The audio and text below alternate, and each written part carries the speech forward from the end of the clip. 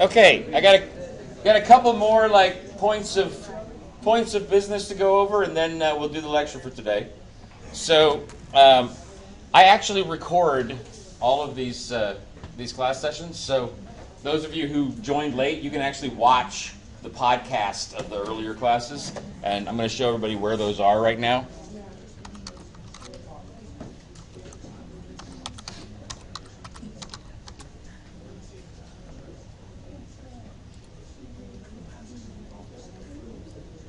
Okay, so if you go into Blackboard,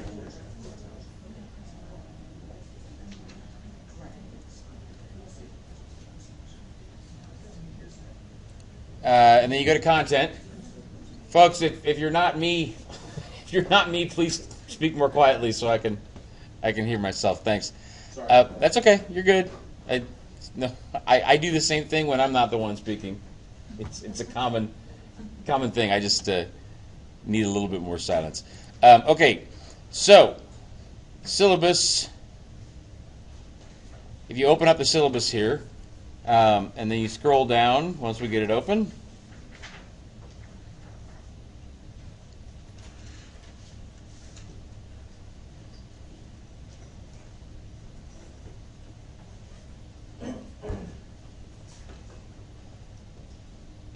Of course, now I get silence and I have nothing to say because damn software is not opening up. How about that? So while that's opening, there we go. Okay, so if you go and scroll down to the schedule,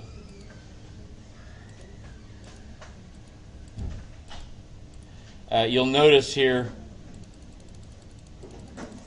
the first 4 days of the schedule now have a little hyperlink. If you just click on that hyperlink, usually if you're in Word, you have to do Control-click, and then that'll bring up a YouTube video of the entire class session. That's going to have my voice and everything that was on the screen up here. In the future, when I get a better webcam, I'd love to have the whole class interaction too. But right now, there's no video of the room. It's just anybody's voice that's speaking in this room that the mic can pick up, and whatever's on the screen. Hi, everybody. So you'll see here this. You can't hear it right now, but if I turn it up. Thank you.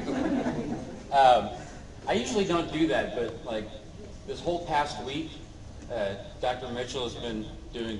There you go. So if you want to watch any of the prior class sessions, every once in a while I have a technical glitch and it doesn't record properly. But so far we're batting 4 for 4, and today seems to be recording okay so far too. So Probably after each week, I may not be able to do it right after each class, but each weekend I'll try and get the new podcast from the past week up, okay? Cool. So that's where those are. And finally, coming up, crap, I closed that and now I need it back. I think coming up next week, so this weekend, you've got a new homework assignment. It's in the syllabus here, but I just want to remind you of it because it's the first time you got something new due. Yeah, so by the end of this weekend, so everything here on the right-hand column of the schedule, that stuff is due on the Sunday before the week, okay? So just like the Globus practice decisions were due this past Sunday by 11:59, I want you to email me. So next week, you're going to have the actual decisions that are due by 11:59, and each one of you needs to email me a cover letter. That's your first writing assignment. So Anish, you're a step ahead there. I'll try and get to my comments on it as soon as I can. But everybody else, whatever company you are interested in applying for, address it. I want this to be helpful and practical for you. So whatever job you're planning on applying for, or if you're not planning on applying immediately, a company that you might like to work for in the future, I want you to write up a cover letter for me and send that as an attachment. That's your first writing assignment. Okay? Everybody understand? Okay. I will email you all to remind you about that. I got a couple of websites that are good tips. I had a question about Yep. that. Do you have a template or some kind of notes that lets you know Yes. So what I was going to do, I'm going to send you guys 2 different links, but I'll go ahead and pull them up now so while we're on the topic you get a little bit of an idea.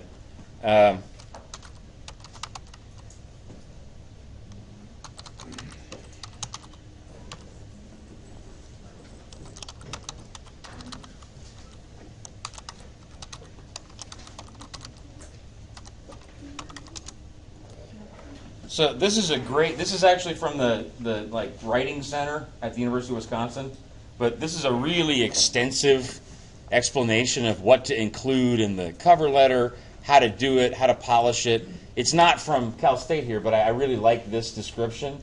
So I'm going to email all of you with a link to this. This gives you a really good idea of what to put in the cover letter, okay? And then we here at Cal State also have a link I'm going to send you. That's kind of a template type of format like you were talking about, Anish. Hang on one second here.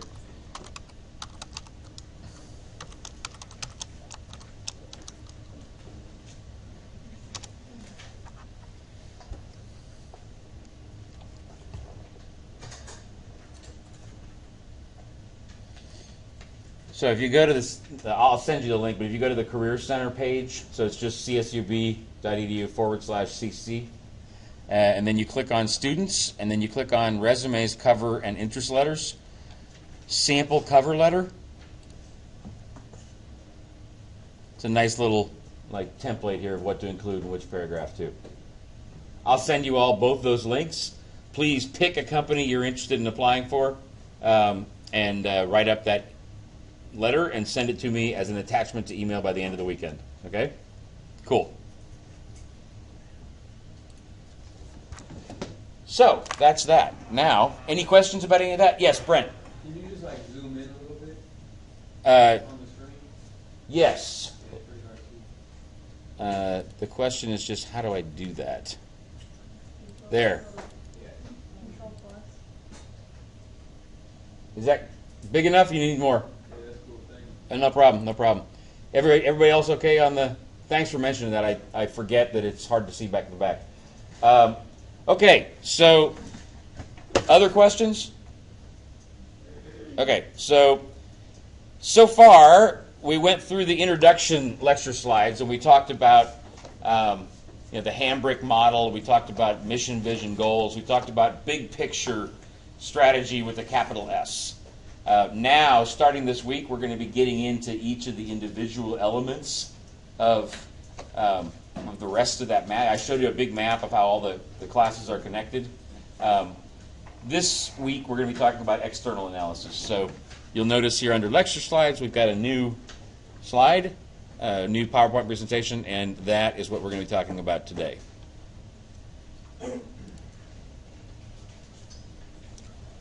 So actually, before I do that, I'm going to open up the introduction too and just remind you guys of where we're at.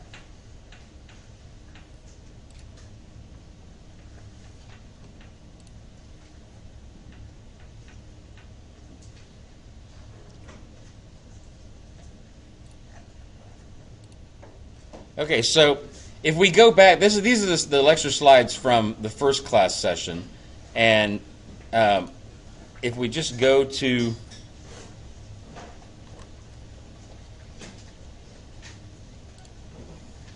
we scroll down a bit, you remember this picture? So basically, external analysis and many of the other chapters we're going to be covering in successive weeks here are basically part of this box right here. Depending on the environment around you, depending on your competition, your customers, your internal operations, your capabilities and resources as a company, that's going to impact the strategies that you can realistically pursue and that you can't. So this is constantly changing, but you want to make sure to always reference back to what was our vision, mission, and objectives. What are our, what are the elements of our strategy, and then compare that to the various things we're going to be studying in successive weeks. Okay. The very end of the semester, we're going to talk a little bit about implementation and management and things that basically go in this box. So all of this is basically planning. This is actually execution. And this class is really kind of long on planning and short on execution, but I will cover execution towards the tail end of the semester a bit more. So that kind of fits things in to what we talked about last time for you all again. And if I go forward some more,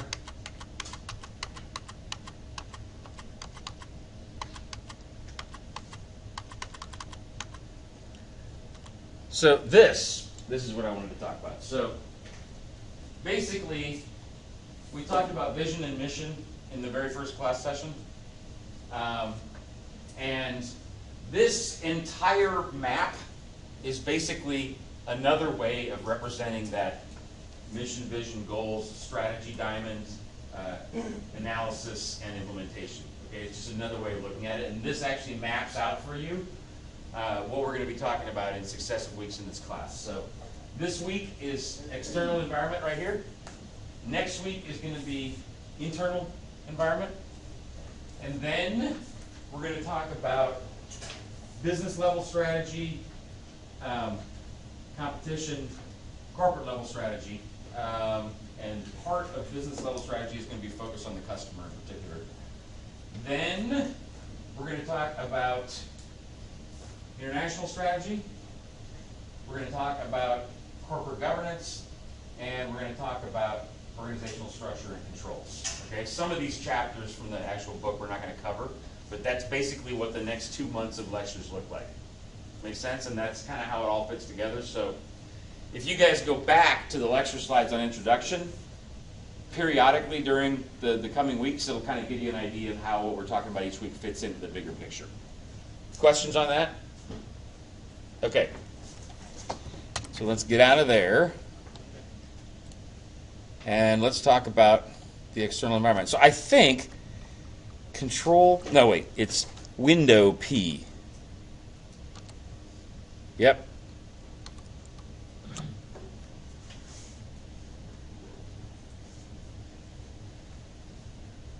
There we go.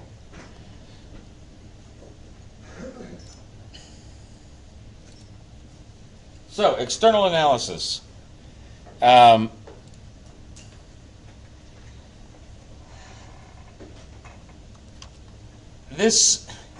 So we're going to be talking about industries today. Everything about external analysis is what is the overall environment that your company's in, and the issues and factors that define it and are sort of driving the future of the industry that you're in. So how many people in here are familiar with the term NAICS or NAICS? Okay, that's what I figured. So NAICS stands for North American Industrial Classification System, NAICS. You'll notice here NAICS.com. That's a great website for everybody in here to get to know over the course of this semester. It basically lists these 6-digit codes that correspond with every possible industry that exists in the world. There's a couple that don't quite fit correctly in the classification system because they're too new. Honestly, I think some media and high-tech industries aren't sufficiently classified. They're just sort of classified as information technology rather than as websites or search engines or stuff like that. But relatively good cover and comprehensive coverage of industries. Hang on one second here before I forget.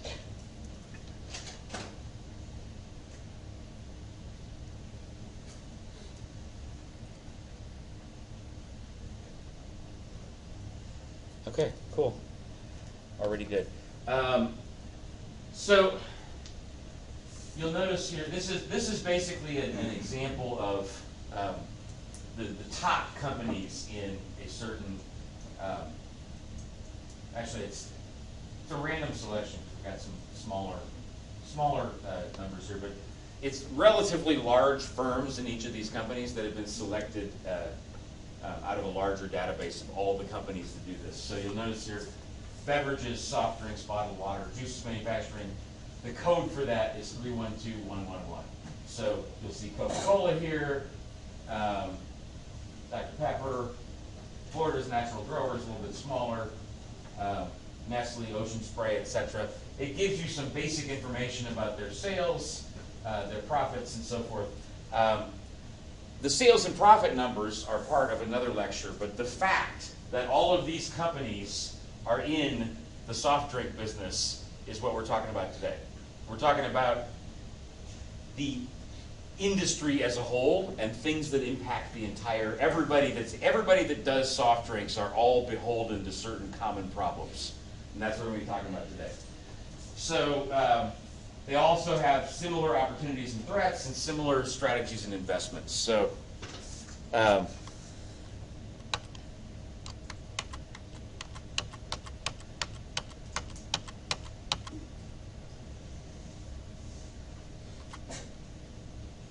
okay, so other things that industries have in common. They all are trying to compete for the same customers, so the size of the market is relatively a fixed thing at any one time for all the competitors in the market. If people are buying more soft drinks, all of the soft drink companies tend to be growing. If people aren't buying as many soft drinks, then that entire industry is not growing as much. Like I said, customers, so number of buyers, buyer needs and requirements, they're common across all the competitors in that industry. The scope of competitive rivalry we talk a little bit more about later in the slides. Basically, any given industry has a certain number of competitors. Some industries have a whole bunch of competitors. Some industries have very few. But that makes a difference. How many, basically if you just look at this classroom, there's 40, if everybody is here, there's a couple missing, but with everybody here, there's 43 or 42 students in this class. Like, with 43 of you, each of you individually only get a certain amount of my time and energy. If there were only 3 people in this class, each of you would get a whole lot more individual attention from me. So if you think about this classroom as an industry, it's an industry full of 43 competitors. In other industries, sort of like aerospace, for example, has very few competitors because it's very costly to be able to build airplanes and jet engines in the first place. So there's not too many people, not too many companies that have enough money to be able to get into that game. Financial services, financial advising, insurance sales, stuff like that, is hyper competitive because you don't have to have any real upfront investment to get into it. All you have to do is be a good salesman and be charming and give good advice. And a lot of people can do that. So there's a whole bunch of competitors in insurance and financial services. Very few in an industry like aerospace manufacturing. But those factors make a difference in the way that you compete and the way that you run your company, the number of competitors you have. So degree of product differentiation, innovation, capacity. Let me think about, all of these are relevant. I want to come down to this one a little bit. Entry and exit barriers we'll talk about more later. That's basically about the cost of how expensive it is to get into aircraft manufacturing. There's a very high barrier to entry because you have to have that capital. Very low barrier to entry in insurance, real estate, financial services.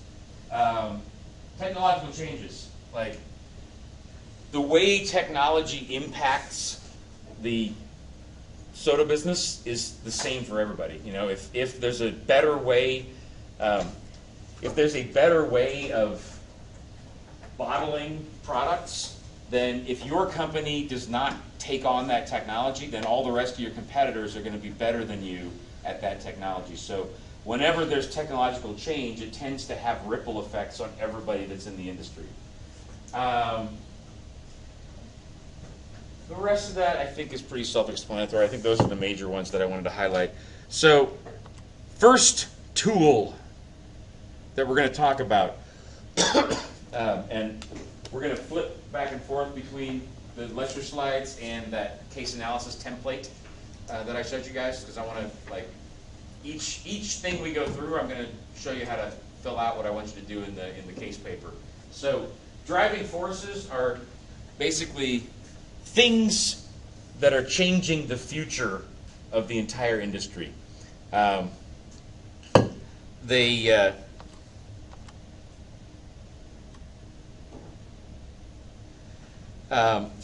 we're talking about things, not about things that are going to change the industry 20 years from now, and not things that are changing it right today. But we're talking about things that are immediately going to change the industry in the next 1 to 3 years. And although there's a lot of things there's a lot of complex factors that are impacting the environment of any industry, you want to pick just 3 or 4 that are really the key technological or demographic change elements that are coming up in the industries you're looking at. Yes?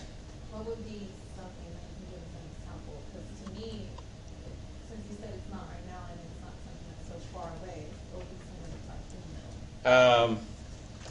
Because I mean, like technology, our cell phones, at what point is so developed? Okay, so if we use cell phones as an example, I'm going to make this up a bit, but I think it'll be a realistic example.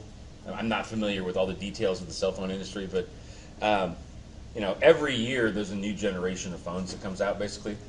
And I'm going to say right now that just based on the performance of my 5G or whatever phone,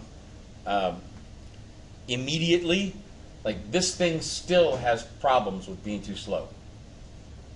And there's constant improvements going on with the speed of connection. So in the cell phone business, if you are not dealing with how to constantly make your data faster, that's something that's affecting right next year. Like the next generation of phones that are coming out, if they're not faster than this, they're dead in the water. So what you're trying to say, it has to be within the next year? 1 to 3 years. Not 5 or 10, but things that are coming imminently. Does that make sense? So like our cell phones coming to being out here, being another one? Yes. I think when I go to how to actually fill out the thing, it'll make more sense too. Okay? Because some of this, there's people, I don't want to say smarter than us, but there's people who spend their entire day, every day, putting together reports of the things that are affecting change in each industry. And your job is to go and find this report that I'm going to point you to for your industry, and then cherry pick. You're going to read through about 4 or 5 pages of the report, and your job is to pick the top 3 that you think are most important and copy and paste and cite where you got it, okay? So you don't have to imagine what changes. You guys are doing, hang on. Huh? Macy's?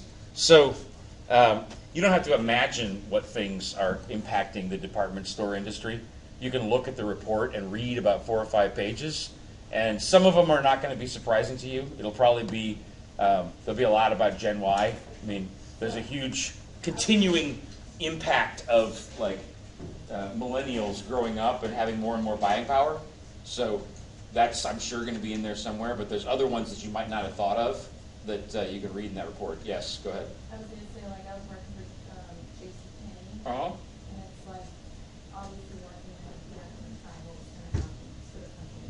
Say again? I said I was working for JCPenney, so obviously working there to tell what companies actually end up with, but there's actually reports that even more details into that. Yes.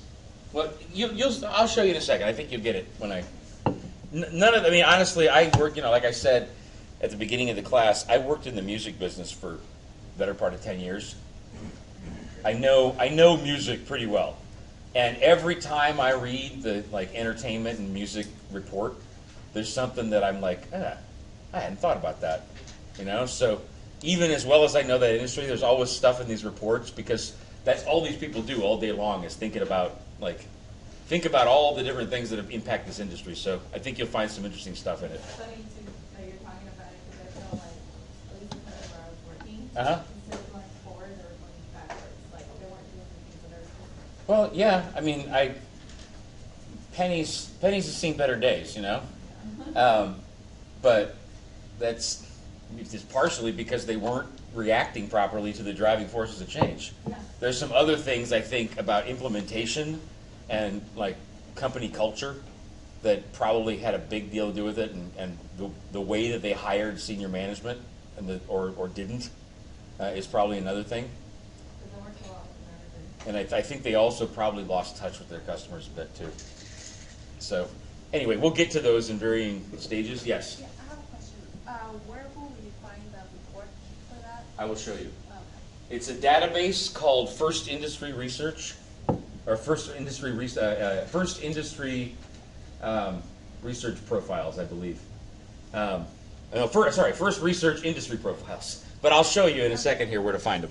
So anyway, getting back to the lecture, when you're reading through these reports, you want to think about how is this trend, whether it's technology or demographic or whatever, how is this going to impact demand for our products? Is it going to make it go up or down? How is it going to impact competition? So is there some kind of innovation in the aerospace business that makes it drastically cheaper to produce jet engines? If that's the case, then there's going to be a whole lot more competitors coming into that business. The music business, as an example, like between MP3s and drastic improvement in recording technology, I can pretty much record like studio quality stuff here on this like little webcam. I don't need a fancy studio anymore. So the barriers to entry in the music business dropped dramatically over the 10 years that I was in it. It used to be that you couldn't record professional sounding music without a really expensive studio, and that's no longer the case. So it's caused havoc in the entire industry, and people that used to not even be in the industry, little micro tiny players or individual artists are part of the competitive landscape now. They didn't used to be. Are the changes you're looking at going to lead to higher or lower profitability for the industry as a whole? Sometimes you have cost structures and things like that change, and it leads to longer term lower profitability or higher profitability for the entire industry. And then you need to think about what strategy changes to make. So this is just another graphic way of representing all the different types of things that are impacting driving forces in the environment. So in the middle here is Porter's 5 forces. We're going to talk about that in about 5 or 10 minutes.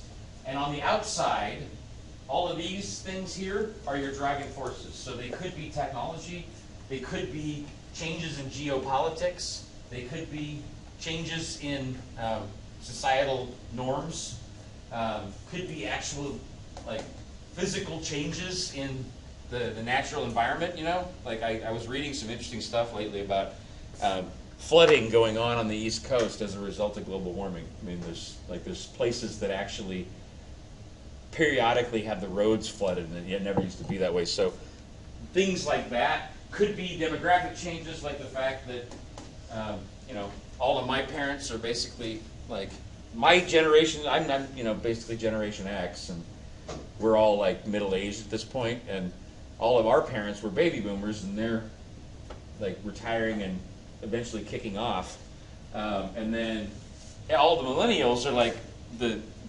mainstay of the workforce in the society. Now that has a huge impact on a company like Macy's, or Penny's, who didn't react well to that change.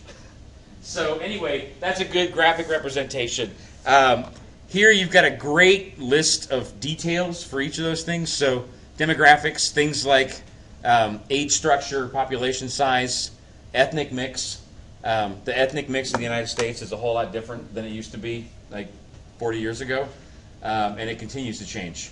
And any company, let alone any politician that does not address and recognize those facts does so at their own peril.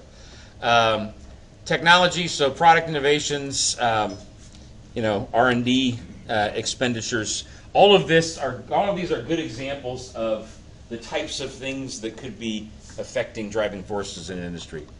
So before we get to Porter's 5 forces, let me get out of here and show you where to find these reports and what I want you to do. Okay? So let me first open up the template.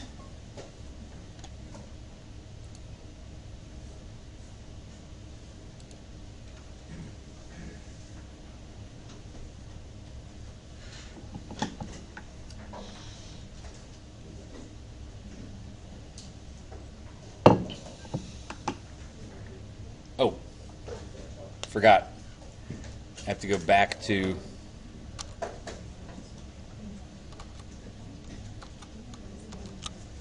Go back to duplicate now.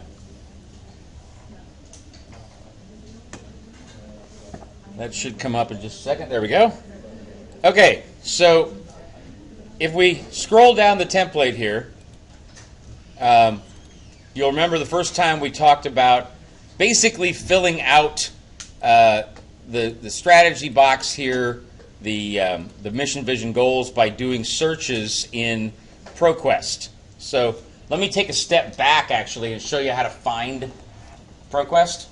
So ProQuest, Edgar, Google, and supplemented by interviews. So before I do the driving forces, let me take one step back and talk about how I want you to fill out some of these boxes for the first lecture that we did 2 weeks ago. So if you go, everything starts with the library website. So the library website should be your best friend at a certain point. If you just go to the csub.edu webpage, down at the bottom there's a link for library. Everybody see that? Click there, and then you're going to click on Articles and Databases right here in the middle. And then you're going to go Research Databases by Title up here in the upper right-hand corner, and that'll sort them all alphabetically so you can find the one you're looking for. You see here. So the first thing we want is ProQuest. So we're just going to scroll down to the letter P. You'll notice here ProQuest Databases. You're going to click there. And this basically gives us a search engine that will search through every newspaper, every magazine, every industry analyst report, et cetera, out there, and it will bring search results back for you. So let's say we wanted to do, we're going to try and fill out the mission, vision, goals for Macy's. So we might just start by typing in Macy's vision. That might be too broad, but let's start with that.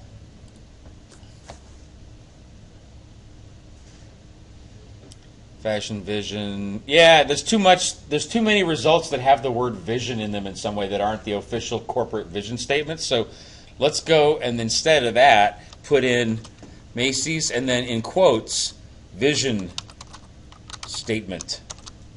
Okay, that'll only bring back results that have the word, that phrase, vision statement together. So now, if we click search,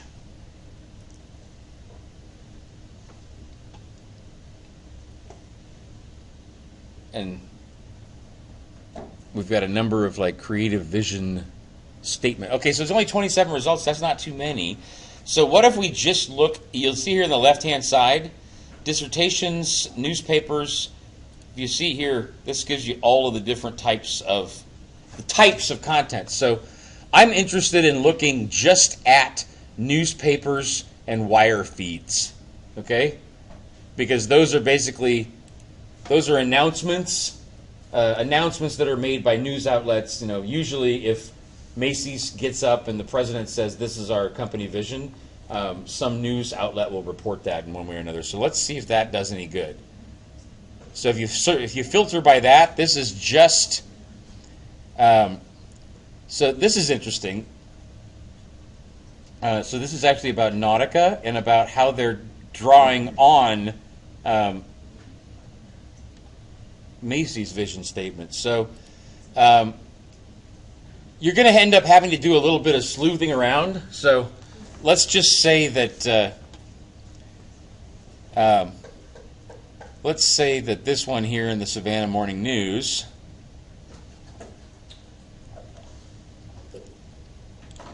and then we'll search for the word vision in here.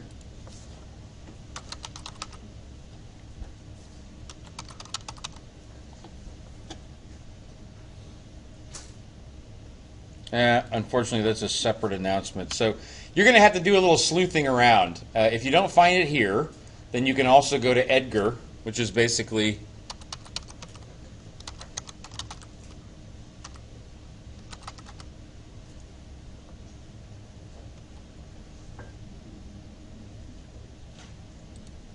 might be that gov.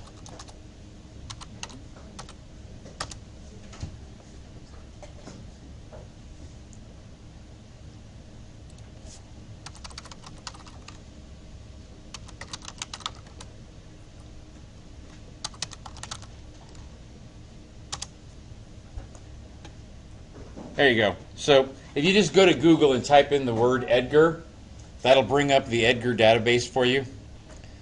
You can then go in here, search on Macy's, and it'll bring up several reports. You basically want the report that has the SIC code in it. These both do, so really you can choose either one. Macy's Retail Holdings is actually the parent company. It used to be called Federated. They own several department stores in addition to Macy's. This is the statement just for Macy's. So if we go in here and you open up either the 10Q or the 10K report, 10Q is the big report that the company has to file each quarter, and the 10K is the report that the company has to file once each year. That has vision and goals and mission statements in it too. So you can, we don't want interactive data, we want the actual document. So if you open that up, you'll get this big, long document, and you can also search on the word vision in here. So you'll notice right here,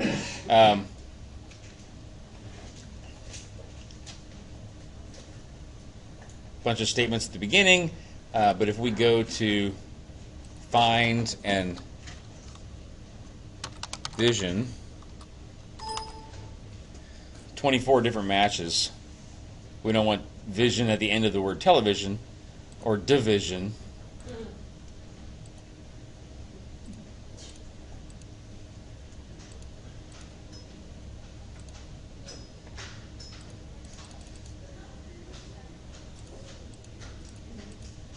So it looks like Macy's does not have the word vision stated at the beginning.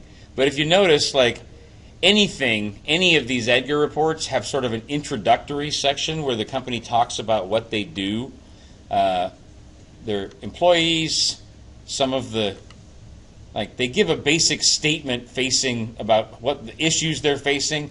If you read through the first couple pages of this report, it may not say the word vision statement, but they'll talk about their vision and mission. And then if you can't find that, you certainly can go to Google and type in Macy's, in quotes, vision statement. Yes? Is there any way if I want to go to the store and like actually get their vision?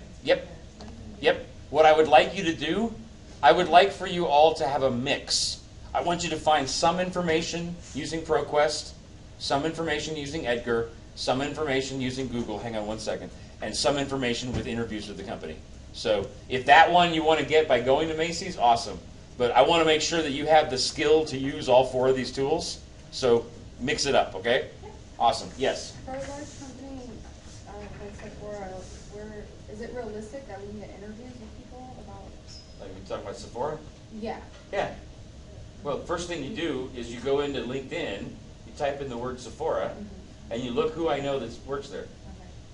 And I had another question. You mentioned the SIC code. Yep. Is that the same as the NAI? It's two dueling systems. Okay. So SIC stands for Standard Industrial Right. Classification. That's the one I ordered. They're both good. I'm more comfortable and familiar with using NAICS, but they both serve the same purpose. Okay. Does that make sense? Yes. Any other questions on that? Okay, that is what I want you to do for the first week's research, is using a combination of these tools, okay? For this week, now we'll go to the database I was telling you guys about before. So if we go back to the library webpage, might have to just tell it again.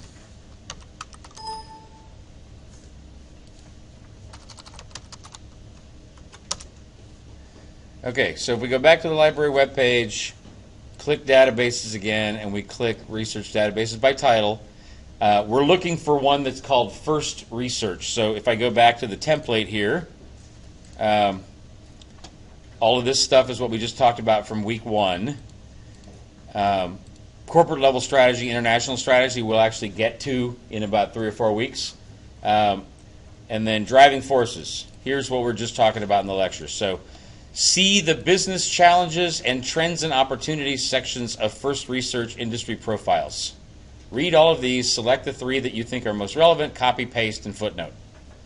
So letter F for First Research. First Research industry profiles. If we mix things up a bit, instead of doing Macy's, let's talk about real estate this time.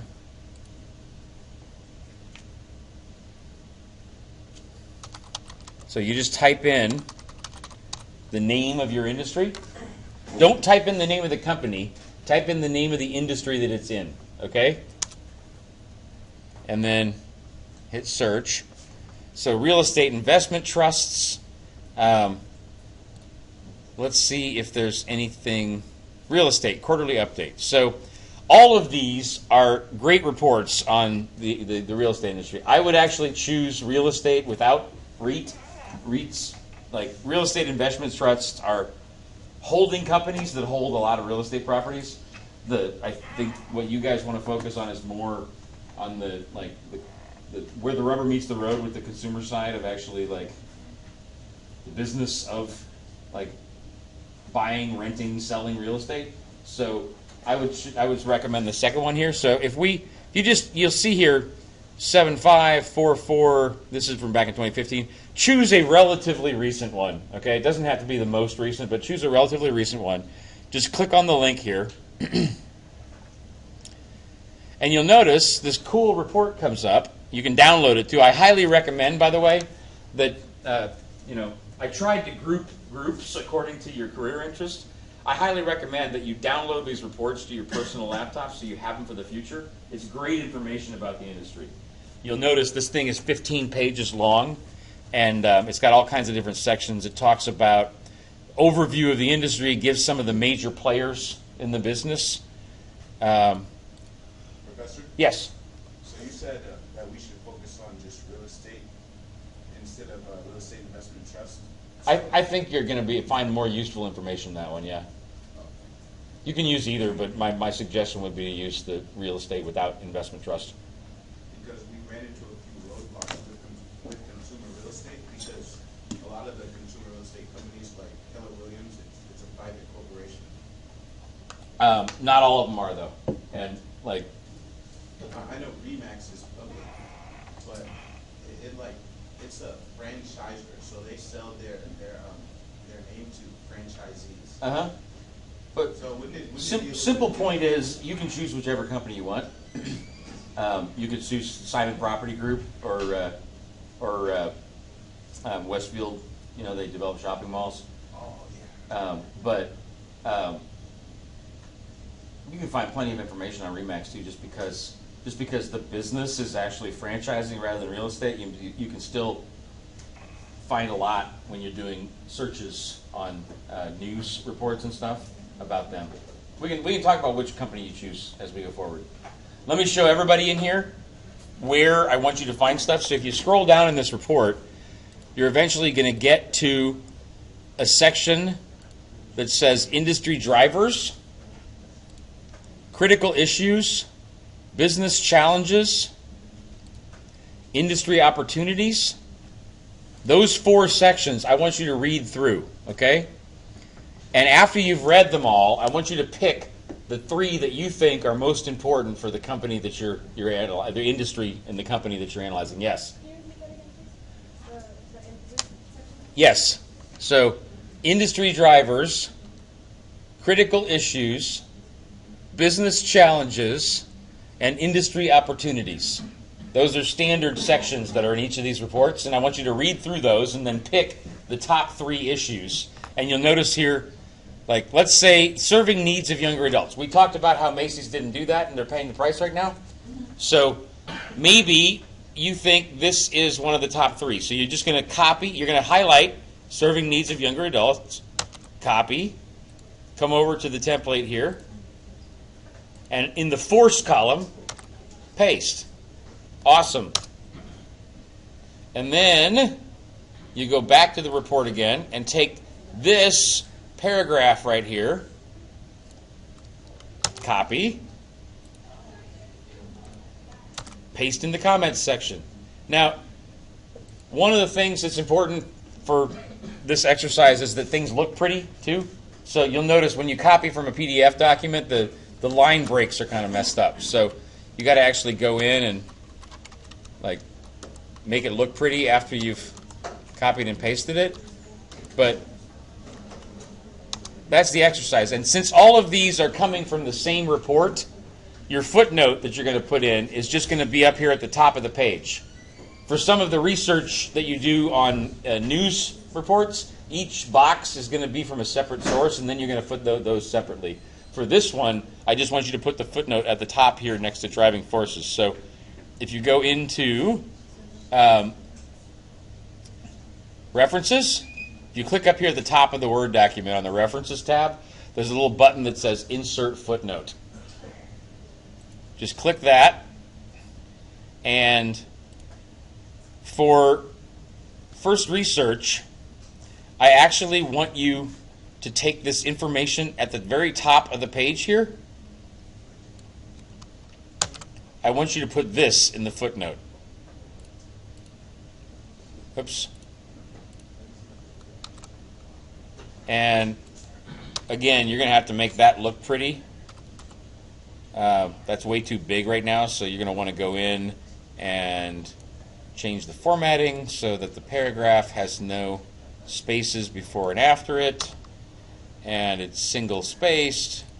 And then we're going to make this probably Times New Roman instead, and we're going to make it like 8-point font because the Doing that little part that you're doing right now, that's practically like the citation. yeah, this is exactly how I want you to do the citation. Okay, makes sense? Like if you did exactly what I said, and you filled out the other two rows too, and you put this footnote right at the bottom, you're done with that part of the exercise, of this part of the case paper already, okay? Other questions about that before I get into the rest of the lecture? Okay, so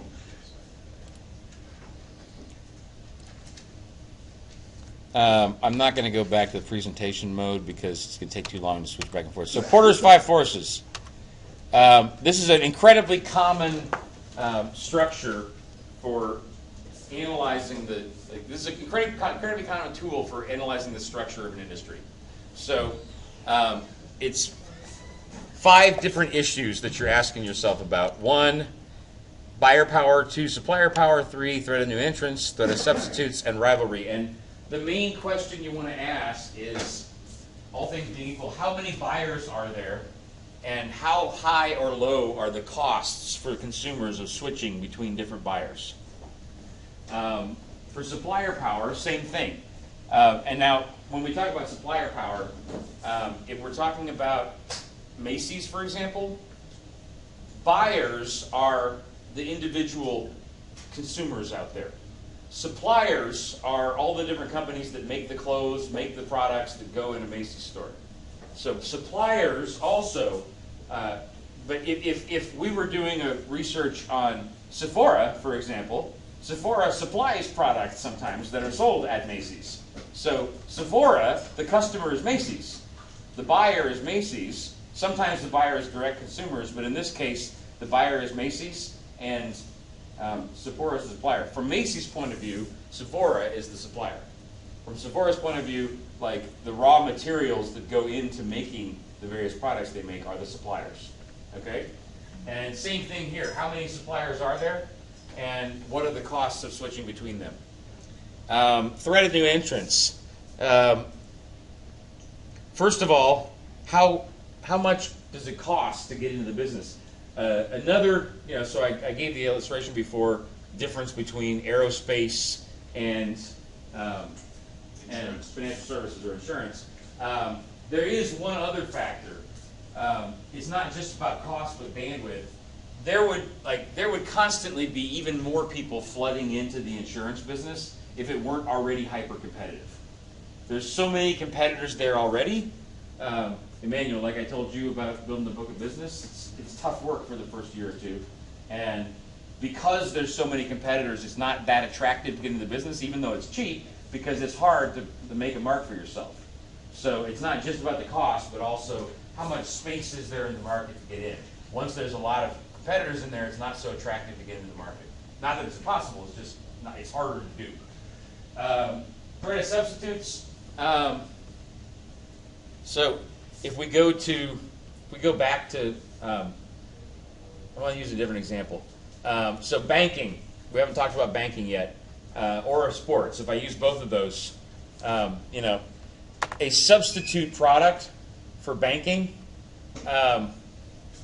in some ways, venture capital. In other ways, the payday lending world is increasingly like eating into the space of traditional banks, and that's not the same industry. It's a similar way that customers can get the same thing. So you can go to a retail bank or you can go to a venture capital company, and for your business, you still get the investment money you need. They're two different industries. In the case of sports business, a substitute product for sports is going to, honestly, it's going to the bar. It's going to a restaurant. It's going to a concert. They're not the same, but for most consumers of sports, it's entertainment, and there's a lot of different entertainment options that one could spend their leisure money on. So your substitute products are other forms of entertainment. And then finally, rivalry. The thing you want to know is how many competitors are there in the market and how committed are they to attacking each other, basically. The browser market, I mean, there's basically only two, excuse me, there's only two players in the global search market, Google and Bing. And Bing is way behind Google. But everybody else, I mean, Yahoo sort of used to be in it, but really there's only two players left. It's Google and Bing.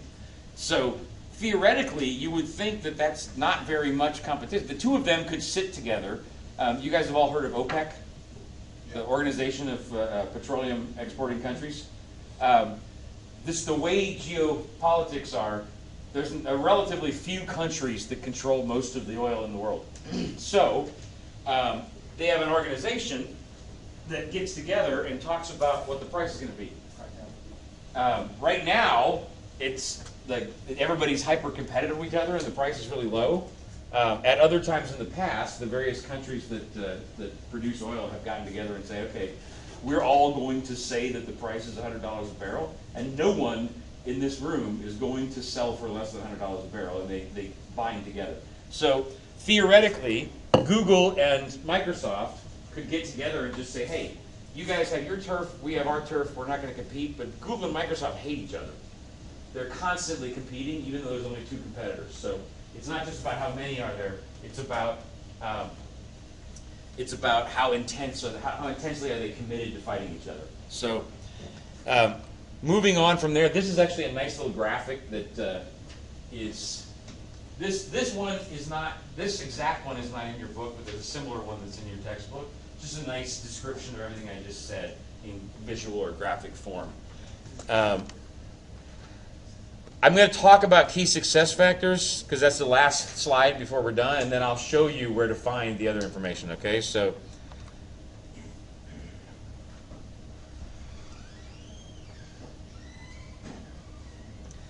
key success factors are basically competitive things that every company in the industry has to be good at if they want to be a competitive company in that industry.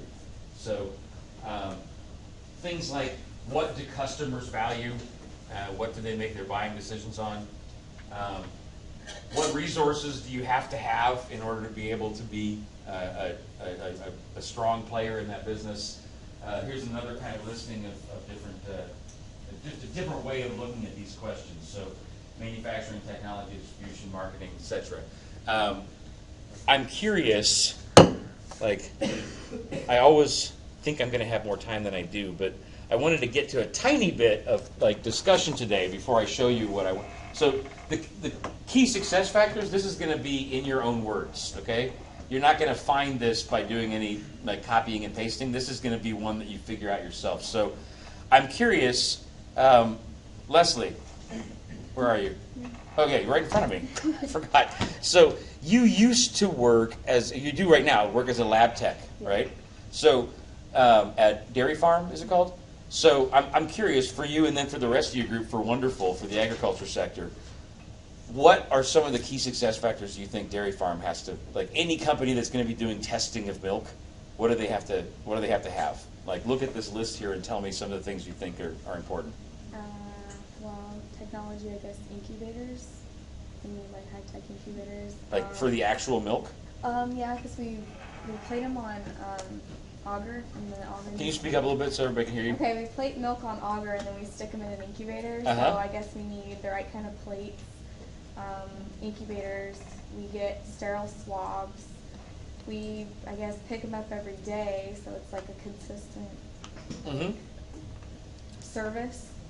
So actually, you mentioned two things here that I think are interesting. One is if you don't have like the right incubators, the right augers, the right swabs, you're screwed. Yeah. I can't just like say, okay, I don't have a swab, so I'm going to use this pen here. Yeah, I have to have sterile I can't. swab. Could I do that? You can't get a Q-tip Okay. from the store. Yeah. And I imagine some of these incubators are kind of expensive. Yes. Okay, so there's a need for certain types of very specialized scientific resources. And then you mentioned picking things up every day. Yeah. So if you're testing milk before it goes bad, right? Yes. So Fridges, if you freezers. didn't pick it up on time, can I just say, hey, I'm tired, I'll pick up the milk tomorrow? No. Like, it wouldn't be good anymore, would it? Okay, so these are some key success factors in that market. I'm curious for the whole group, what do you think some of the key success factors are for a company like Wonderful? And somebody other than Leslie answer that question. Marketing? Okay, why? I agree with you, but explain more. Since they're competing with other water companies, because since they have Fiji water, so they're going to have to compete against them. Exactly. So water is basically water. How, like, and there's reasons why people choose Fiji instead of Evian or whatever, and being able to market effectively and get people to choose Fiji is important for them. Yes, good point. Anything else? Like other marketing stuff? Or any other comment you want to make? I'm trying to get in the habit of me talking less. I guess distribution too, because like even when I was living in Mississippi, Yep. they had wonderful brands like pistachios, and like I would like go out of my way just to buy those. Yep. And exactly. So, people need, like, Wonderful grows things that people eventually eat or, drink. They don't really grow water, but you get my point. And yes, Anish. Would geographic location be one? Yeah, I mean, both. I mean, the issue, the bigger picture here is that you have to be able to get your food in front of the people who are going to eat and drink it. So whether you locate in the right place, I mean, there's not every place in the world you can grow pistachios, so they grow really well here, but you got to get them to Mississippi. So yes, very good point, both of them, on where you're located and how to get the stuff there.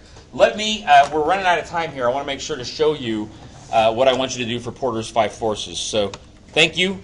Nice comments there. I want to do more next time. Hopefully I can get more efficient at getting done sooner.